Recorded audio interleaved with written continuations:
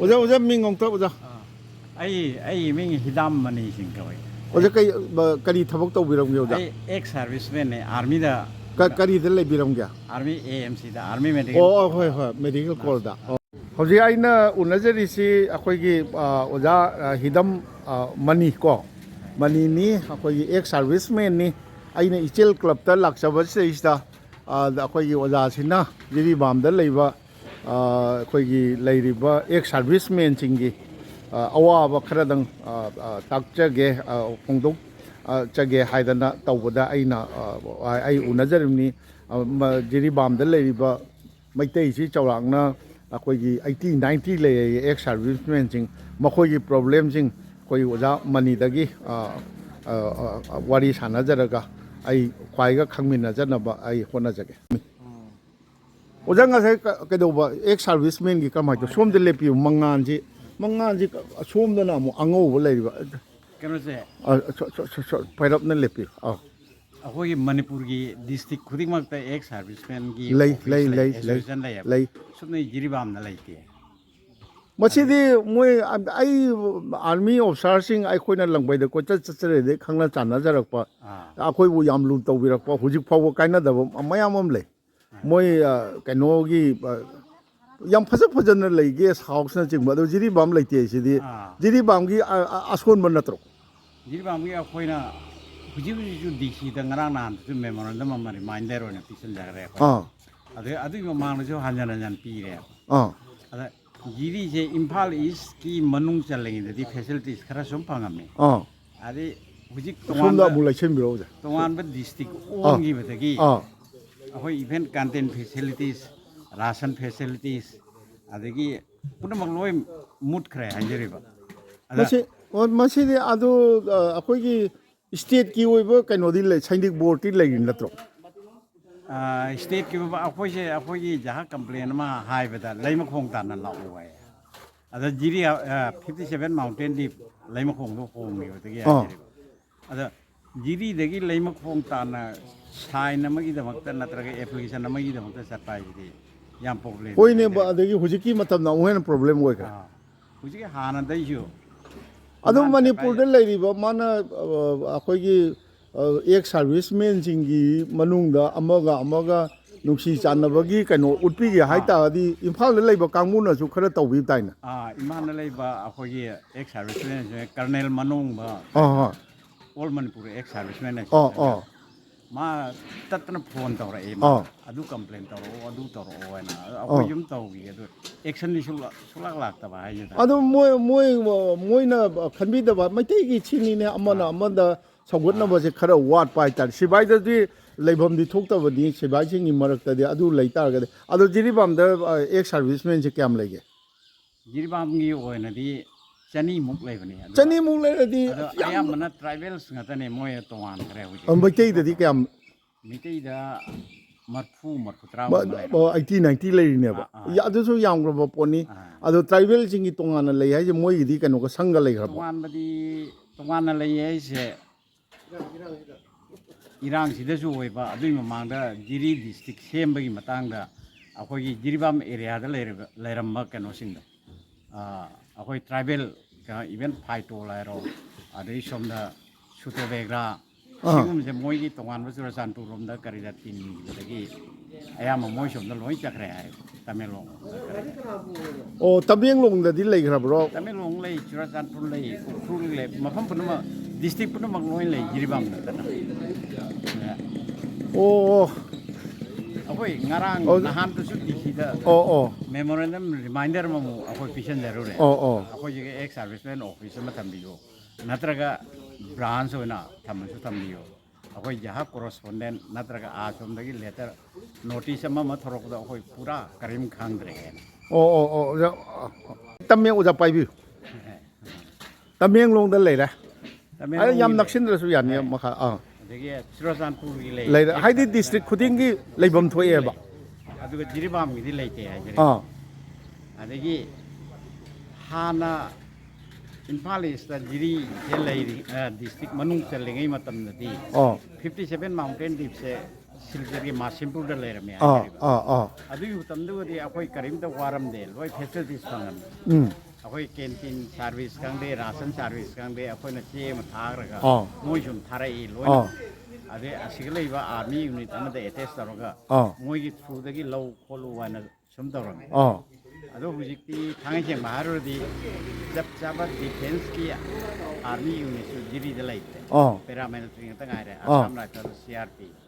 ado moi defense ki yam hen mari leino su nate kharma kai hum leinar su adu ni akoi khudong chada adu di jiri de leriba ex servicemen jing di akoi ex servicemen jing gi oiba chahi gi kariyo rally ga chatpaga tawdai na karino mayam ex servicemen jing gi punbaga thorom ga du di tawdre yaudre Imphal da lau hai. Imphal ki rally ta wom tam da moi hai re isho. Representative thara uai na. Adugi cross chatok jasin ki cross no adugi kudong jab di leitan na ayam mana koi yum chatre. Koi district ki amma leita ga di district ta gi representative amma ni state ki thak ta yaw no ba tha ba du di thabam thoi ko chapam thoi. Aduga district ki leita ba shi di award pa ne ba asoi ba ne ba. Machidi akogi ex serviceman jingi lairiba ex serviceman kainom haidai ne akogi lamphien daga di yam chawna guest house ka leibra karom tawida Jila Sainik Board o hoine jila sainik board sa mafom da ai khasar ta thengna jare ada hana di ahal laman sing yam no akoi bu lu na tawiba akoi na yam ikai khumna jaba se ming khara panjara bada thak khagi wa na tre haidi chahi kanam bana akoi gi tamo yamung koi Rajendra leihidre adegi huji tamo kiai ke ibol leiri lieutenant colonel adegi tamo ke sing koi kiam achau leiri agi tamo imo ga se koi na Mizoram da chachaba matam da ma kanogi 52 battalion CRP FK kano oirame mi tuic ga oi leirame yam nungai adu mai tawna ahan sing adegi tamo kari Assam rifle gi kano oid commandant oid na fast Assam rifle gi leramba tamo kari ming do kaw se Surachandpur gi itai mal lobani adu mani chingba mayam khangna hujikti khangna jabati leitre adu sainik kano gi jila koi gi ex serviceman jingi kari singi activity sing chawrakpa dum khangjai adu Jiribam da leite sidi moi gi asoi bani adu TV da 9 pera matam gra leram matam do 9 pera gi akogi PRO public relation officer na hoi moi CEO ga tanar ga jiri da guest house sama hoi army gi oi wa guest house sama thamsi aduga kano so ex serviceman office adugo oi sena adu saba photpa gi paisa moi loi puthoke na tawrame madugana jiri dagi lam phangda bai tai jiri dagi lam phangda bai ja aidi ngakna thokchai aduni akoina kano tawu matam akoina apply tawro se jail gi mana adigi moi gi defense kamuna hari na headquarter police station na mafam da sa se hari ade moina akogi jiri gi administration dai hari na lap na sathoga kudum talada ningching khunda dung mafam da lama hang le aduga sawa aduna army kamuna yada kariro security leita security ji haibadi army jingna khalli ji Manipur gi irang ji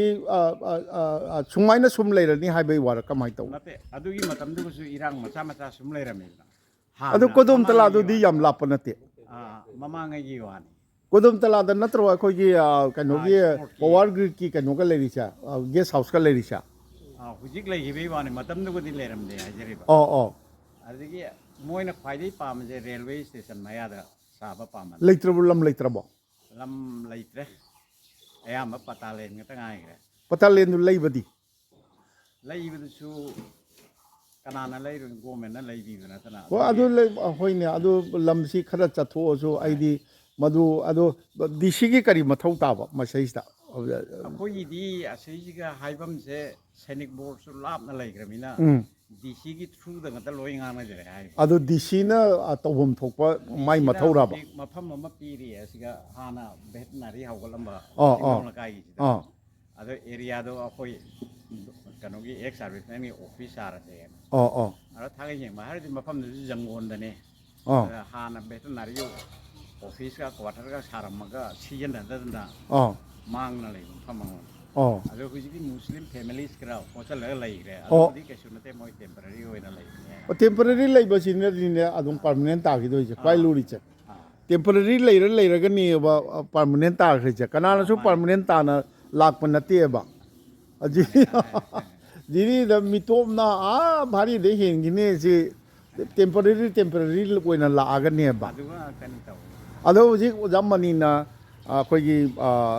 हाइबिनिंगबसे टेंटकना हाइबिरो करिनो अइना हाइजेनिंग बाइबो जिरीदा जिला सैनिक board के branch औरसु नत्रगा सैनिक board अमा अतै district ता Hong नते district मदुदी right नि district अमद जिला सैनिक बोर्ड अमल लेबाइसिदी राइट नेबा एक्स डिस्ट्रिक्ट की मनुंग लेरिबा एक्स सर्विसमैन चिंगी राइट नि अदुदी मधुगी राइट टुदी फंगनबा हाइबी ताई मधु मरी लेनबा सिने येंबिगदमनेबा मोय मणिपुर द लेरे स्टेट की द जिला सैनिक बोर्ड लेतारदी स्टेट की अमल लेबम थोय लेजु लेरिमे मोयना थवा याउबिगदमनेबा अदुदी मोय आर्मी की एक्स सर्विसमैन जी मरक्तसु डिसिप्लिन नाइना होरक्पा अखोगी एक्स सर्विसमैन जी मरक्तसु अदुमाइना तौदना मिचंग मिखाई नाइबा आइगी मीगी नाइनाबै मोंग चथब तादी मिचम ओरिबा अखोगी मरक्तदी करी ओरमनी अदुम खनबिरो अखोय हानदे यो हंजन हंजन एप्लीकेशन थाजगरे तौजगरे औ इवेन नारांग नाहान मक्तदु डीसी ने कौरगा मेमोरेंडम अमसु पिथिनजरा अदुनी मोयाम ताबिउ आइगिसी यूट्यूब ने तौजरीसी मी कयाम येंबिबा येंबिदबगी नचदे अदो आइना पामजबा वॉइस अमा अखोई जिरीबामदा इचेल क्लब की सैसदा लाक्सबसिदैसदा अखोई ओजा हिदम मनी एक सर्विसमैन अखोई एमसीआई दा आर्मी मेडिकल कोर लेबिरमना कनो तौदना माना पेंजदबा खरा जिला सैनिक बोर्ड अमा जिरीबाम की डिस्ट्रिक्ट अमा ओइरबनिना लेबम थोई हाइबा अखोई खोलाव अमा अखवागी मफमदा थमजबसे मरी लेनबा सिंगना ताबी सनु हाइबसे आई हाइजगे अदो ताबी रेरगा ओजामनीना थम्बीरिबा वाफम सिदैसदा अखोई मरी लेनबा अंगम्बा सिंगना अखोई मियेंग चिंचिनबिगनी हाइबा वाफम से थमजरगा ओजामनी उनजरगा जिरीबामगी अखोई एक सर्विसमैन सिंगी उजिकी सैनिक बोर्ड अमा लिंखटपियो हाइबा वाकत ओजा हिदम मनी की माइकैदगी थमजबा मतंग असिदा लोइसिनजगे नुंगाइजे ओजा